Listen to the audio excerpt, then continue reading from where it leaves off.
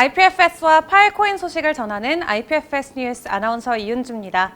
최근 한 주간의 업계 소식을 한눈에 확인할 수 있는 IPFS 뉴스, 지금 바로 시작합니다. 지난 9주 동안의 연속 하락세를 보이던 비트코인이 중국의 봉쇄 완화 등의 이유로 3달 만에 저항을 돌파한 이후에 안도의 랠리를 펼치고 있는 모습입니다. 지난주 나스닥이 3.33% 급등한 반면 비트코인이 28,000달러 선까지 떨어졌는데요. 이와 관련해서 미증시와 디커플링이 시작됐다는 분석이 나오고 있습니다. 하지만 이날 반등이 데드캣 바운스라는 지적도 나오고 있는데요. 그럼 지난주 동안 파일코인은 어떤 흐름세를 보였는지 코인마켓캡을 통해 알아보겠습니다. 5월 31일 코인마켓캡 기준 파일코인은 전일 대비 7.28% 올라줬지만 전주보다는 여전히 소폭 낮은 가격대에 거래되고 있습니다. 현재 파일코인 1,106원에 거래되고 있는데요.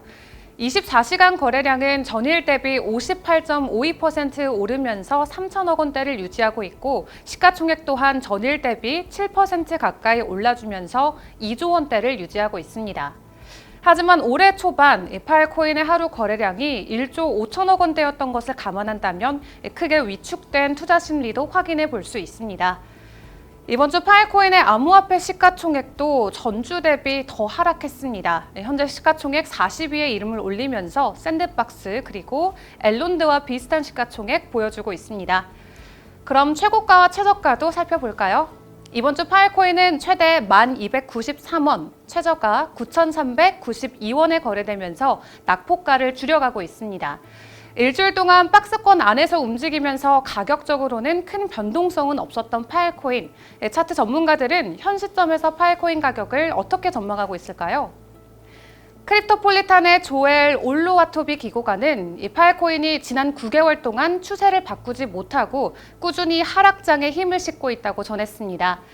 지난 5월 12일 6불 70센트로 최저가를 기록했던 파일코인이 일시적으로 가격 회복은 해주었지만 강력한 상승 시그널들이 나오고 있지 않는 만큼 추가 하락의 가능성은 열어놔야 한다라고 밝혔는데요.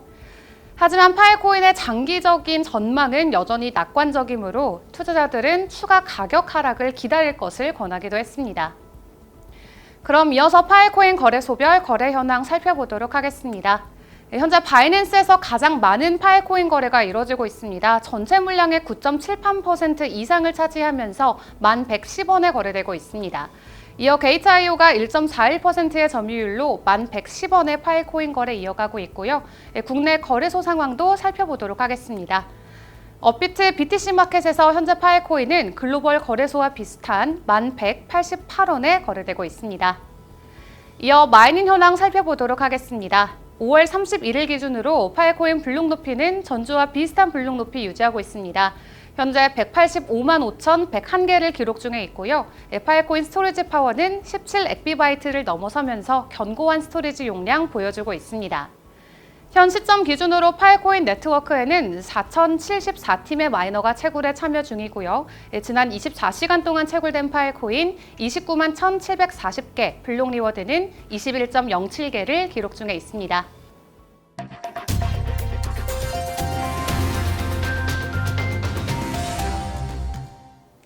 한 주간의 업계 소식을 전하는 소식을 부탁해 시간입니다. 첫 번째 소식입니다. 파일코인 재단이 정부의 투명성과 책임을 유지하는 도구를 제공하는 비영리 협력 뉴스 사이트인 머크록에서 상을 수여했습니다.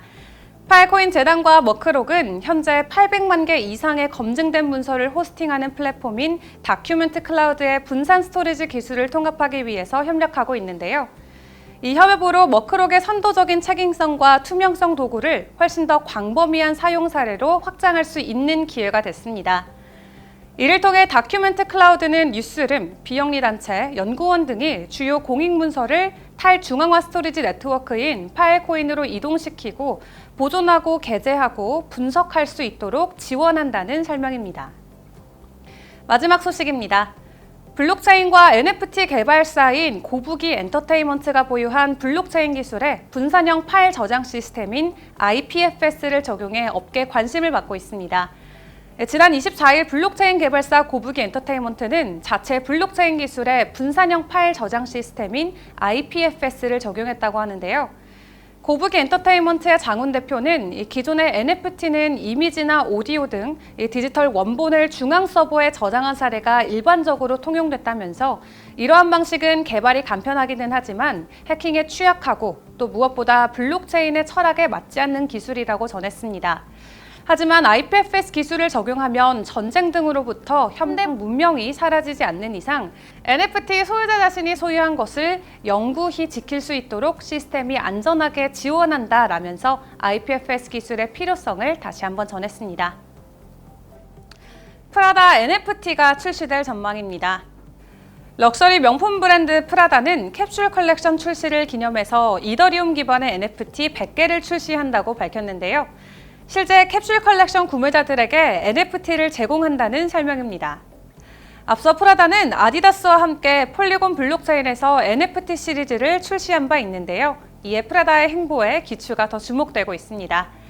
다음 주 IPFS 업계는 또 어떤 소식이 함께할지 기대하며 오늘 준비한 IPFS 뉴스 여기서 마치겠습니다. 시청해주셔서 고맙습니다.